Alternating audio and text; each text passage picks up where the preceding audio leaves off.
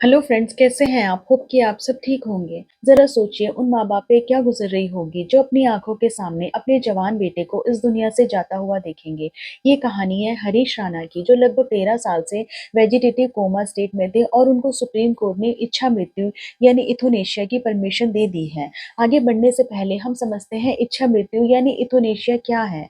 जब कोई पर्सन किसी ऐसी बीमारी से गुजर रहा हो या उसकी ऐसी कोई कंडीशन हो जिसमें मेडिकल ट्रीटमेंट देने के बावजूद भी उसकी हालत में कोई सुधार ना हो, तब कोर्ट घर वालों की परमिशन के साथ उस पर्सन को इच्छा मृत्यु दे देता है। इसमें एक्टिव इथोनेशिया होता है और पैसिव इथोनेशिया होता है।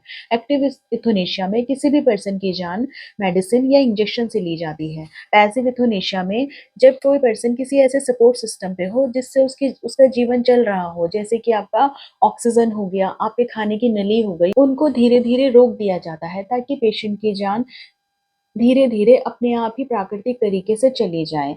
तो आइए जानते हैं इंडिया में इच्छा मृत्यु के बारे में चर्चा कब की गई। 2011 में पिंकी विरानी, जो कि एक सोशल वर्कर थी, उन्होंने एक याचिका दायर की एक पेशेंट के बारे में, अरुणा शाहनबाग, जो कि एक स्टाफ नर्स थी। 1973 में उनके साथ सेक्सुअल असॉल्ट हुआ और वो वेजिटेटिव कोमा स्टेट में चली गई और अपने ही हॉस्पिटल में एडमिट रही।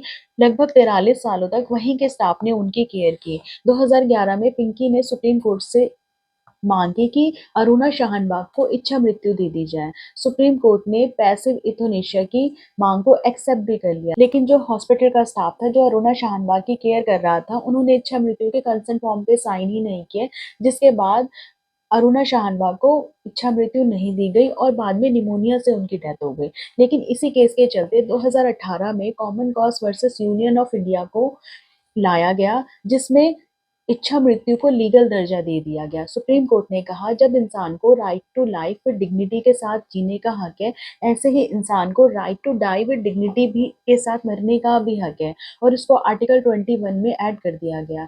2026 में हरीश राणा, जो लगभग 13 साल से वेजिटेटिव कोमा स्टेट में थे, कई मेडिकल उपचार के बाद उनकी हालत में कोई सुधार नहीं हुआ, तो उनके माता पिता ने सुप्रीम कोर्ट में एक याचिका दायर की कि उनके बेटे को इच्छा मृत्यु दे दी जाए, जिसको सुप्रीम कोर्ट ने एक्सेप्ट भी कर लिया है। अभी हरीश राणा एम्स में भर्ती है, जिस और उनकी इच्छा मृत्यु की प्रोसेस चल रही है।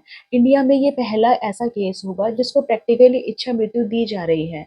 सुप्रीम कोर्ट ने इसमें पैलिएटिव केयर के भी इंस्ट्रक्शन दिए गए हैं ताकि हरीश को किसी भी तरह का पेन न सहना पड़े।